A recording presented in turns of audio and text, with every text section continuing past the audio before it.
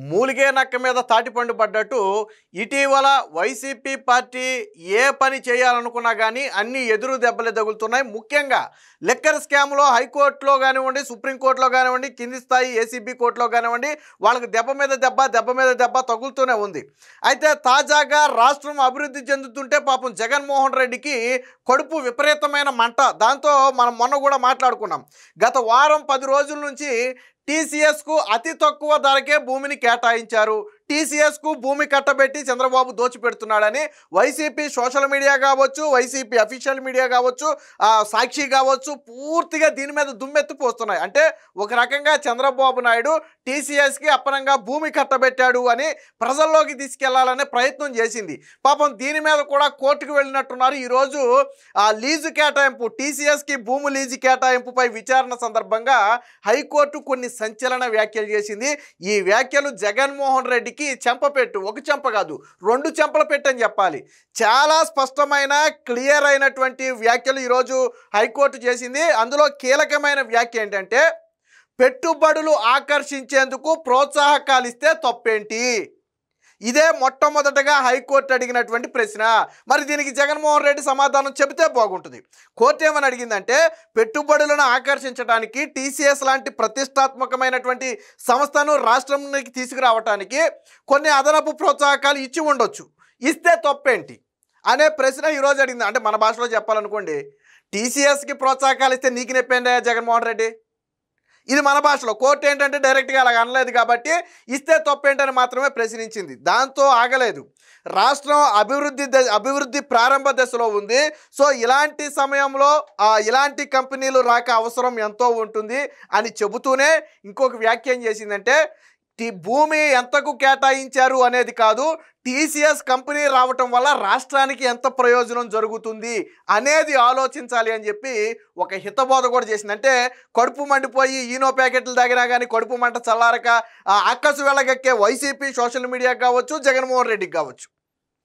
Court ఏం చెప్పిందంటే, టీసీఎస్కు ఏ ధరకు భూమి కేటాయించారనేది కాదు మీరు చూడాల్సింది, టీసీఎస్ కంపెనీ రావటం వల్ల ఆంధ్రప్రదేశ్కు కలిగే ప్రయోజనం ఏంటనేది చూడాలి. మరి ఆ ఏ ప్రయోజనం అంటే 10,000కు పైగా ఉద్యోగాలు వస్తున్నాయి. ఆ టీసీఎస్ లాంటి కంపెనీ వస్తే అదనపు కంపెనీలు మళ్ళీ రాష్ట్రానికి వస్తాయి, లోకల్గా యువతకు ఉద్యోగాలు దొరుకుతాయి, అలాగే వాళ్ళు కట్టే ట్యాక్సులతో రాష్ట్ర ఆదాయం పెరుగుతుంది.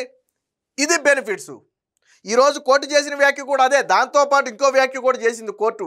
అంటే కోర్టుకు కూడా తెలుసు, రాజకీయ ప్రయోజనాల కోసం మీరు రాష్ట్ర అభివృద్ధిని అడ్డుకుంటారా అని ఒక రకంగా ఇండైరెక్ట్గా కోర్టు అడిగింది. ఇంకో వ్యాఖ్య ఏం చేసిందంటే, హైదరాబాద్, బెంగళూరు లాంటి సిటీలు ఆ టెక్నాలజీలో కానివ్వండి, అభివృద్ధిలో కానివ్వండి ఎంత వేగంగా దూసుకుపోతున్నాయో చూస్తున్నాం కదా, ఇలాంటి సమయంలో కంపెనీల రాక అవసరం కదా అని చెప్పి ఒక వ్యాఖ్య కూడా చేసింది. ఇవన్నీ నేను చెప్పే కాదు, ఇవన్నీ గౌరవ హైకోర్టు చేసినటువంటి వ్యాఖ్యలు. అంటే ఇండైరెక్ట్గా జగన్మోహన్ రెడ్డి అడ్డుకోవాలని చూస్తున్న జగన్మోహన్ రెడ్డికి 2 చెంపలు వాయించేటటువంటి వ్యాఖ్యలు ఇవి. చాలా స్పష్టంగా చెప్పింది, ప్రోత్సాహకాలు ఇవ్వటం అనేది తప్పు కానే కాదు. బహుశా ఆ రాష్ట్రానికి ఇప్పుడు ఏదైనా ఒక కంపెనీ రాష్ట్రానికి రావాలంటే వాళ్ళకి ఏదో బెనిఫిట్ ఉండాలి, లేకపోతే రావు. ఏదో బెనిఫిట్ ఉంటేనే వాళ్ళకి వస్తాయి. మన దగ్గర తక్కువ లీజుకి భూమిని కేటాయించడం, పైగా ఇదేమి భూమి కట్టబెట్టేలా లీజు కేటాయింపే. ఈ విషయం కోర్టులో కూడా ఈరోజు ఆంధ్రప్రదేశ్ గవర్నమెంట్ తరఫున కోర్టులో కూడా చెప్పారు, మేము లీజుకే భూమిని కేటాయించామని చెప్పి కోర్టుకు తెలియజేస్తే దాని మీద పూర్తి అఫిడవిట్ కూడా దాఖలు చేయమని కోర్టు చెప్పింది అనుకుంటే అది వేరే విషయం. ఇక్కడ పోనీ టీసీఎస్ కంపెనీ అధినేతను చంద్రబాబు గారికి ఏమన్నా బంధం ఉందా? పోనీ వాళ్ళకి ఏమైనా చుట్టరికం ఉందా? జగన్మోహన్ రెడ్డి వ్యాఖ్యానించాలంటే ఆ చంద్రబాబు నాయుడుకు బంధువులకో చుట్టాలకో కట్టబెట్టాడు అంటే ఒక అర్థం ఉంది. టీసీఎస్కి కట్టబెట్టాడు, టీసీఎస్కి చంద్రబాబుకి ఏంటి సంబంధం? ప్రపంచంలోనే అతిపెద్ద కంపెనీలో టీసీఎస్ ఒకటి. అది నేను చెప్పక్కర్లేదు, చిన్నపిల్లోడిని అడిగినా చెప్తాడు. అలాంటి కంపెనీ రాష్ట్రానికి రావడం అంటే మామూలు విషయం కాదు. పోనీ నీ దగ్గర దమ్ముంటే గత 5 ఏళ్ళలో నువ్వే తీసుకొచ్చి ఉండాల్సింది. ఇదే ప్రోత్సాహకాలు నువ్వు టీసీఎస్కి ఇచ్చి నువ్వే టీసీఎస్ని రాష్ట్రానికి తీసుకొచ్చుంటే ఆ పేరేదో జగన్మోహన్ రెడ్డికే ఉండేది కదా. మనకేమో ప్రోత్సాహకాలు ఇవ్వటం చేత కాదు కానీ కమిషన్లు తీసుకోవడం చేతనవును. సింగపూర్ కన్సల్టియంని 143 కోట్లు అడగబట్టే కదా వాళ్ళు పారిపోయారు. జాకీ పరిశ్రమలు లంచాలు అడగబట్టే కదా వాళ్ళు పారిపోయారు. లూలు పరిశ్రమలు లంచాలు అడగబట్టే కదా వాళ్ళు పారిపోయారు. ఫ్రాంక్లిన్ టెంపుల్టన్ని లంచాలు అడగబట్టే కదా వాళ్ళు పారిపోయారు. అది జగన్మోహన్ రెడ్డి నైజం. ఎందుకంటే లంచాలు ఇస్తేనే ఉంటాయి. అసలు లిక్కర్లో ఉందేంటి, నీకు లంచం ఇస్తేనే కదా ఒక బ్రాండ్ నువ్వు రాష్ట్రంలో పెట్టామని ఇచ్చింది. అది జగన్మోహన్ రెడ్డి బ్రాండ్. ఏంటది? లంచాల బ్రాండ్. అది లంచం ఇస్తేనే రాష్ట్రంలో అభివృద్ధి జరుగుద్ది, లంచం ఇస్తేనే రాష్ట్రంలో పెట్టుబడి పెట్టాలా. జగన్మోహన్ రెడ్డికి లంచం ఇచ్చి రాష్ట్రంలో పెట్టుబడి పెడతాడా? కానీ చంద్రబాబు గారికి కావాల్సింది ఏంటి? లంచాలు కాదు. చంద్రబాబు గారికి కావాల్సింది డెవలప్మెంట్, చంద్రబాబు గారికి కావాల్సింది పెట్టుబడులు. దానికోసం ఒక అడుగు ముందుకేయడానికి ఆయన సిద్ధమే. ఇందులో చంద్రబాబు గారికి ఒక్క పైసా బెనిఫిట్ ఉండదు. పోనీ టీసీఎస్ కంపెనీకి భూమి కేటాయించారు అంటున్నారు కదా, పోనీ చంద్రబాబు గారికో, లోకేష్ గారికో, బ్రాహ్మణి గారికో, భువనేశ్వర్ గారికో ఏమన్నా ప్రయోజనం చేకూరుతుందా? ₹1 ప్రయోజనం చేకూరుతుందా? పోనీ ఏమన్నా లేదు కదా. ఈరోజు కోర్టు చేసిన వ్యాఖ్యలతో జగన్మోహన్ రెడ్డి సిగ్గు తెచ్చుకుని మళ్ళీ టీసీఎస్ గురించి మాట్లాడకూడదు. నిజంగా సిగ్గు శరం ఉన్న వ్యక్తులైతే ఈరోజు హైకోర్టు చేసిన వ్యాఖ్యల తర్వాత జగన్మోహన్ రెడ్డి మళ్ళీ టీసీఎస్ గురించి మాట్లాడకూడదు. గత వారం నుంచి ఒకటే విష ప్రచారం. టీసీఎస్కి భూమి కట్టబెట్టేశారు, టీసీఎస్కి అప్పనంగా దోచిపెట్టేశారు, టీసీఎస్కి ఇచ్చేశారు. ఒరే బాబు, టీసీఎస్ అనేది ప్రపంచ దేశాల్లోనే పేరొందినటువంటి కంపెనీ, అది అందరికీ తెలిసిన విషయమే. పోనీ ముక్కు మొహం తెలియని ఒక కంపెనీ కట్టబెట్టారు, ఎలా కట్టబెడతారు అని అడిగితే తనకు ఒక అర్థం ఉండేది. వాళ్ళకి అంత క్యాపబుల్ లేదు, అన్ని ఉద్యోగాలు ఇవ్వలేరు, అంత పెట్టుబడి పెట్టలేరు కదా, మీరెందుకు అలా కట్టబెట్టారని అడిగితే దానికి ఒక రీజన్ ఉంటుంది. కానీ టీసీఎస్ లాంటి ప్రతిష్టాత్మక ఒక టీసీఎస్ వస్తే, అంత ప్రతిష్టాత్మకమైన టీసీఎస్ వస్తే దాన్ని చూసిన తర్వాత ఇతర పరిశ్రమలు రావా? ఈరోజు కోర్టు చెప్పింది కూడా అదే. రాష్ట్రానికి పెట్టుబడులు ఆకర్షించడానికి ప్రత్యేక ప్రయోజనాలు కల్పించుండొచ్చు. దానివల్ల మీకు నొప్పేంటి అంటే మీకు వచ్చిన నష్టం ఏంటి చెప్పడంతో పాటు ఇతర రాష్ట్రాలు ఎలా అభివృద్ధి చెందుతున్నాయో మనం చూస్తున్నాం కదా.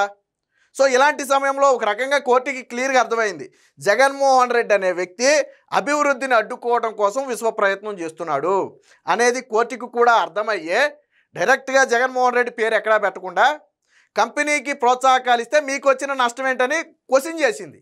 ఆ క్వశ్చన్కి ఆన్సర్ మరి వైసీపీ నుంచి ఎవరైనా చేస్తారా, జగన్మోహన్ రెడ్డి చేస్తాడో చెప్పాలి. జగన్మోహన్ రెడ్డి కోర్టుల్లో ఎదురు దెబ్బలేం కొత్త కాదు. గతంలో ఇదే కోర్టులో ఎదురు దెబ్బలు తగులుతున్నాయని ఏకంగా న్యాయమూర్తుల మీదే ఆ అత్యంత నీచకరమైన బూతులు మాట్లాడించిన చరిత్ర జగన్మోహన్ రెడ్డిది. తరువాత సిఐడి ఆ కేసును టేకప్ చేయకపోతే సిబిఐకి ఇచ్చి వాళ్ళందరినీ తీసుకెళ్లి బొక్కలో వేశారు. అలాంటి నీచమైన చరిత్ర ఉన్నటువంటి జగన్మోహన్ రెడ్డి కోర్టులను గౌరవిస్తాడని నేనైతే అనుకోవట్లా. నిజంగా జగన్మోహన్ రెడ్డి కోర్టుల మీద గౌరవం ఉండుంటే ఆ రోజు న్యాయమూర్తుల మీద అంత నీచమైన వ్యాఖ్యలు చేయించేవాడు కానే కాదు. కానీ ఈరోజు గౌరవ హైకోర్టు చేసిన వ్యాఖ్యల పట్ల హర్షం వ్యక్తం చేస్తున్నారు ప్రజలు కూడా. జగన్మోహన్ రెడ్డి నీచమైన కుట్ర బుద్ధి హైకోర్టు సాక్షిగా బయటపడినందుకు హర్షం వ్యక్తం చేస్తున్నారు. చాలా స్పష్టంగా చెప్పింది కోర్టు, ప్రోత్సాహకాలు ఇవ్వటం వల్ల తప్పే కాదు, రాష్ట్రాన్ని అభివృద్ధి చేయడానికి కొన్ని ప్రత్యేక ప్రోత్సాహకాలు కొన్ని ప్రత్యేక సందర్భాల్లో ఇవ్వచ్చు. మనం చూడాల్సింది భూమి ఎంత ధర కేటాయించారు అనేది కాదు, కంపెనీ రాష్ట్రానికి రావటం వల్ల కలిగే ప్రయోజనం ఎంత అనేది చూడాలి. ఇది కదా అసలు పాయింట్.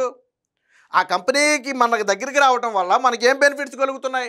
ఉద్యోగాలు వస్తున్నాయి, అది కట్టే ట్యాక్సులతో మనకి రెవెన్యూ పెరుగుతుంది, ఆ కంపెనీని బేస్ చేసుకుని మరికొన్ని కంపెనీలు రాష్ట్రానికి వస్తాయి, ఓవరాల్గా డెవలప్మెంట్ అనేది జరుగుద్ది. ఇంత ఉపయోగం ఉంటే జగన్మోహన్ రెడ్డి తరువాత జరిగే ఈ ఉపయోగాలన్నింటినీ వదిలేసి ఇప్పుడు భూమి తక్కువ రేటుకి ఎందుకు ఇచ్చారు? మరి గతంలో చంద్రబాబు గారు హైదరాబాద్ని డెవలప్ చేసేటప్పుడు కూడా ఇలాగే జగన్మోహన్ రెడ్డి లాగా ఆ రోజు ఎవరైనా అడ్డుపడి ఉంటే ఈరోజు హైదరాబాద్ అక్కడ ఉండేది కాదు. ఆ రోజు మైక్రోసాఫ్ట్ని హైదరాబాద్ తీసుకొచ్చేటప్పుడు జగన్మోహన్ రెడ్డి లాగా వితండవాదం ఎవడైనా చేసుండుంటే ఈరోజు హైదరాబాద్ ఆ స్టేజ్లో ఉండేది కాదు. ఈరోజు మొత్తంగా హైకోర్టు చేసినటువంటి వ్యాఖ్యలు జగన్మోహన్ రెడ్డితో పాటు వైసీపీ పార్టీ మొత్తానికి కూడా ఒక చెంపపెట్టు. ఎప్పటికైనా జగన్మోహన్ రెడ్డి రాష్ట్ర అభివృద్ధి మీద విషం చెమ్మటం ఆపాలి. వచ్చే పెట్టుబడి ఎంత దారుణమైన పరిస్థితి అంటే మన చంద్రబాబు గారు చెప్తున్నారు, ఏదైనా ఒక కంపెనీ రాష్ట్రానికి రావాలి అని ప్రయత్నం చేస్తే వాళ్ళకి అనేక పేర్లతో మెయిల్స్ చేస్తున్నారంట, వేల సంఖ్యలో మెయిల్స్ చేస్తున్నారంట. ఏమని? ఆంధ్రప్రదేశ్ రావద్దు, పెట్టుబడి పెట్టొద్దు, అమరావతి స్కాము, అమరావతి నిర్మాణం జరగదు, ఇందులో చంద్రబాబు నాయుడు పాత్ర ఉంది, ఇలా రకరకాల వ్యాఖ్యలు చేసి ఆంధ్రప్రదేశ్లో గొడవలు ఉన్నాయి, శాంతి భద్రతలు లేవని రకరకాల కారణాలు చెప్పి కంపెనీలకు మెయిల్ చేస్తే వాళ్ళకు బుర్ర వేడెక్కిపోయింది. ఇదేంట్రా బాబు, ఆంధ్రప్రదేశ్తో కలుద్దామంటే ఏంటి ఇన్ని మెసేజ్లు చేస్తున్నారని వాళ్ళకి బుర్ర వీటెక్కిపోయింది. బట్ ఇవన్నీ రాజకీయంగా అడ్డుకోవడం కోసం చేసే మెసేజ్లన్నీ తర్వాత గ్రహించి చంద్రబాబు గారితో ఒప్పందాలు చేసుకుని తర్వాత చెప్పారు, మీతో వద్దాం అనుకుంటే మాకు ఇన్ని మెసేజ్లు వచ్చినాయని. చంద్రబాబు గారు కూడా ఆశ్చర్యపోయారు, పెట్టుబడులు ఆపడానికి జగన్మోహన్ రెడ్డి ఇంత దిగజారుతాడు, ఎవడు పెడతారని మెయిల్? మీరు పెడతారా నేను పెడతానా?